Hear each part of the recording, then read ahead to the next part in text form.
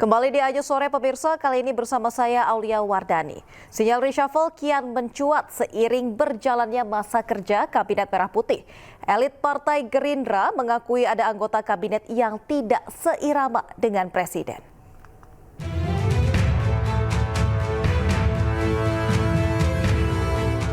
Sinyal pergantian anggota kabinet kian kuat. Isu reshuffle mencuat pasca 100 hari masa kerja Kabinet Merah Putih di bawah komando Presiden Prabowo Subianto. Tak tanggung-tanggung, Prabowo menegaskan akan menyingkirkan pembantunya di kabinet yang tidak bekerja untuk rakyat.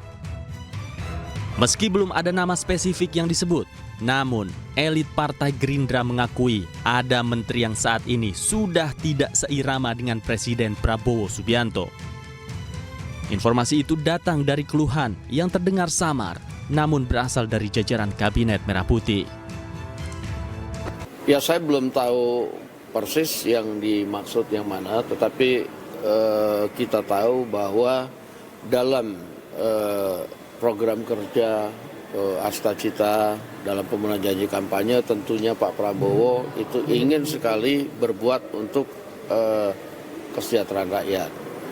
Nah, memang saya ada dengar keluhan sedikit-sedikit tentang masih ada yang kemudian kurang sirama. Nah, apakah itu yang dimaksud? Nanti kita akan lihat seperti apa. Demikian.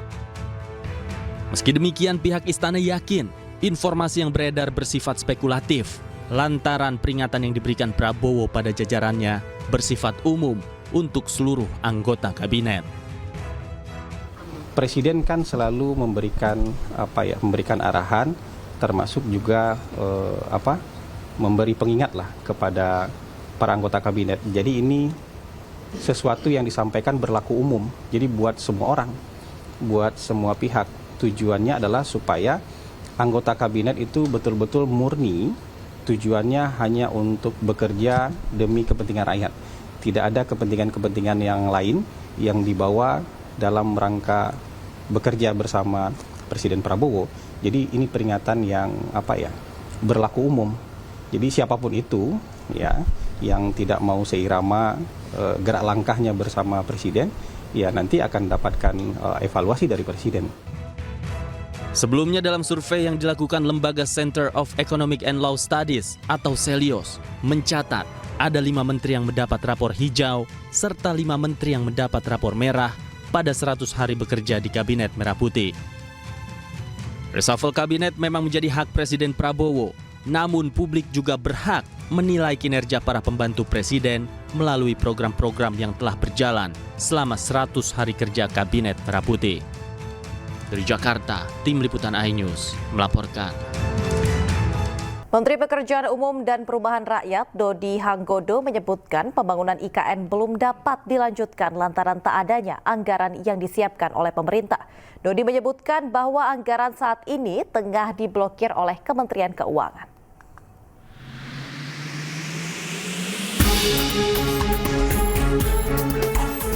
Nasib pembangunan infrastruktur Ibu Kota Nusantara atau IKN kini tengah tergatung-gatung.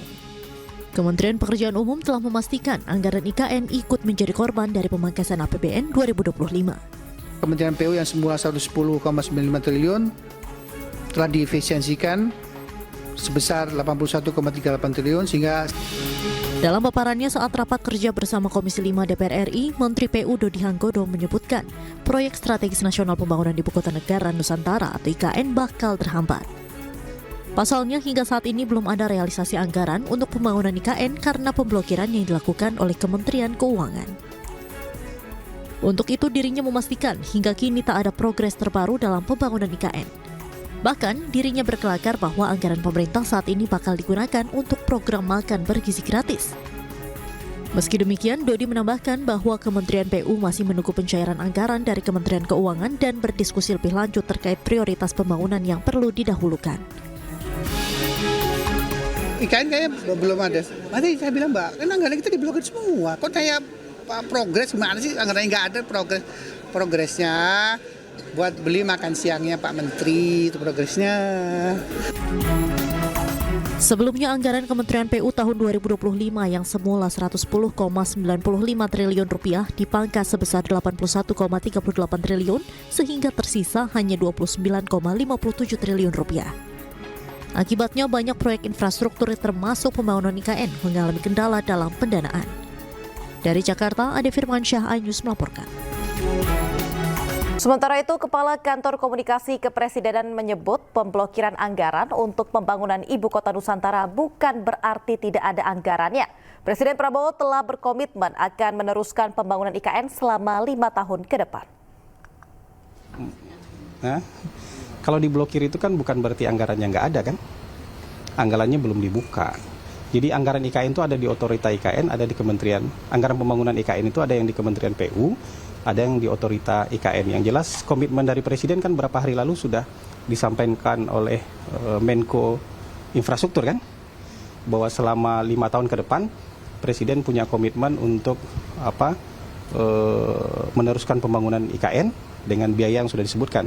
Kalau tidak salah itu 48 triliun komitmen selama 5 tahun ke depan.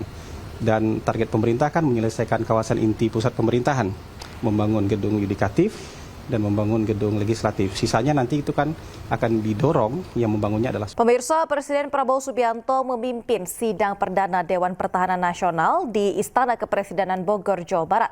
Dalam sidang, Prabowo membahas tugas dan juga fungsi Dewan Pertahanan Nasional untuk melindungi segenap bangsa Indonesia.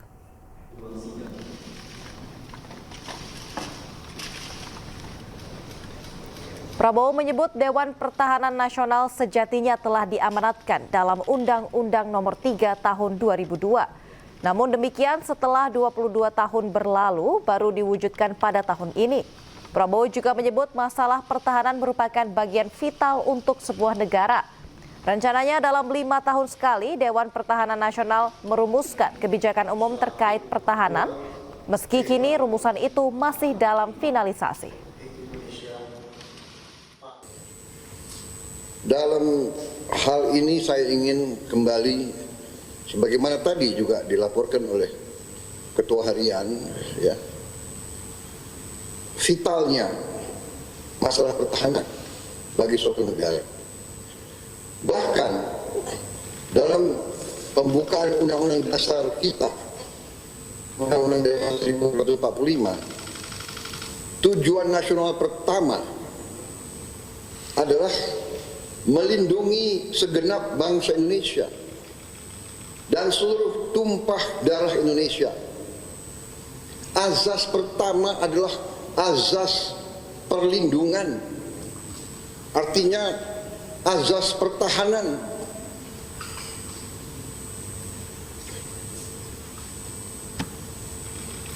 Jadi saudara-saudara, kalau kita pun lihat dalam bernegara,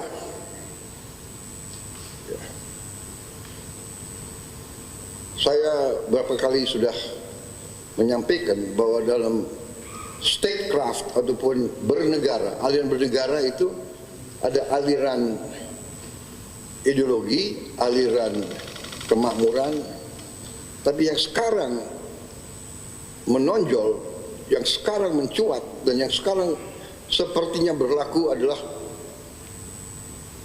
aliran bernegara berdasarkan azas realisme. Adanya negara adalah tujuannya adalah survival bagi bangsa kita. Saya kira Pemirsa, jajaran pengurus Dewan Pimpinan Pusat Partai Perindo mengunjungi kantor Komisi Pemilihan Umum KPU di Jakarta Pusat.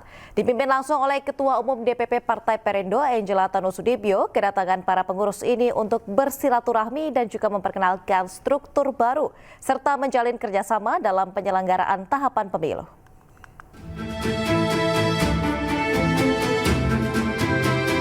Dipimpin langsung Ketua Umum DPP Partai Perindo Angela Tanusudibyo, sejumlah jajaran pengurus Dewan Pimpinan Pusat Partai Perindo sowan ke gedung KPU Jakarta Pusat. Kunjungan yang diterima langsung Ketua KPU Muhammad Afifuddin ini dalam rangka silaturahmi dan pengenalan komposisi pengurus Partai Perindo yang baru. Dalam audiensi ini, Partai Perindo dan KPU juga akan bekerja sama dalam berbagai hal terkait tahapan penyelenggaraan pemilu. Kami datang memperkenalkan diri dan kita berbincang banyak dengan Ketua KPU berbicara kira-kira ke depannya seperti apa tahapan-tahapan yang ada. Mulai dari tahapan verifikasi parpol, kemudian persyaratan administrasi dan lain sebagainya. Perindo akan bekerja sama dengan KPU untuk Depel DPP, bekerja sama dengan KPU RI untuk kita melakukan sosialisasi, bekerja sama sebagai penyelenggara, sama-sama menjalankan fungsinya. Begitupun juga di KPU daerah. Partai berlambang Raja Wali mengembangkan sayap ini juga turut mengapresiasi keberhasilan KPU dalam menjalankan fungsinya untuk menyelenggarakan pesta demokrasi seperti Pilpres dan Pilkada serentak 2024 hingga melahirkan para pemimpin dari suara rakyat. Dari Jakarta, Esra Ambarita, Aryansyah Wahyudi, iNews melaporkan.